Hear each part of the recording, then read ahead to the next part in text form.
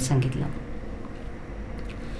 हिंदायन फाउंडेशनच्या वतीनं दिल्ली, ठाणे, मुंबई, पुणे या मार्गे सायकल मोहीम आयोजित करण्यात आली असून या मोहिमेत हजारो सायकलप्रेमी सहभागी होणार आहेत.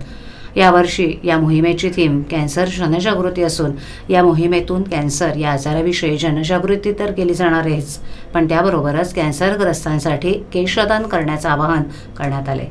केशदान या अनोख्या मोहिमेद्वारे आपल्या केसांची एक बट दान करण्याचं आवाहन हिंदायन फाउंडेशनचे प्रमुख विष्णुदास चापके यांनी ठाणे महापालिकेच्या स्वर्गीय नरेंद्र बल्लाळ सभागृहात आयोजित पत्रकार परिषदेत केलं. या पत्रकार परिषदेला चापके यांच्यासह जिल्हा माहिती अधिकारी मनोज शिवाजी सानप, आम्ही सायकलप्रेमी फाउंडेशनच्या संस्थापिका अध्यक्षा प्रज्ञा म्हात्रे, सानप यांची कन्या नक्षत्रा सानप इत्यादी उपस्थित होते.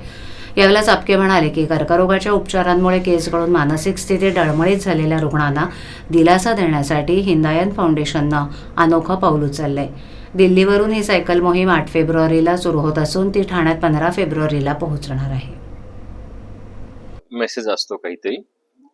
तर यावर्षीचा आमचा जो उद्देश आहे कॅन्सरविषयी जनजागृती करण्याचा, आणि जनजागृतीसोबतच आम्ही असं ठरवलं की कॅन्सरची ट्रीटमेंट घेताना भरपूर सारे जे पेशंट्स असतात त्यांचे केस चालले जातात, आणि स्त्रियांसाठी केस हे त्यांच्या सौंदर्याचं प्रतीक असतं, आणि हेच कारण आहे की केस जाण्याच्या याच्यामुळं भरपूर साऱ्या स्त्री असतात ते कॅन्सरच्या ट्रीटमेंटला जाण्यासाठी थोडंसं अडखळतात.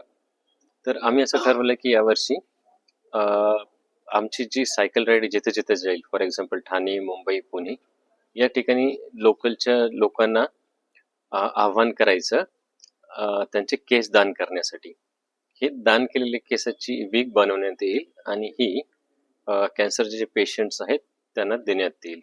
मार्केटमध्ये जी वीग आहे याचं प्राइस फार एक्सपेन्सिव्ह असतं. 45,000पासून सुरू होतं असं मला सांगितलेलं गेलेलं आहे. आणि जो ऑलरेडी पेशंट आहे त्याचा जॉब ऑलरेडी चालला गेला आहे, औषध पाण्यासाठी पैसे भरपूर खर्च झालेत, अशासाठी हे वीक घेणं शक्य नाही. म्हणून आम्ही ठरवलं की लोकांना आव्हान करायचं स्त्रियांना की त्यांचे केस त्यांनी डोनेट करावेत आणि त्याच्यापासून वीक बनवली जाईल आणि ती वीक कॅन्सर पेशंटला दिली जाईल.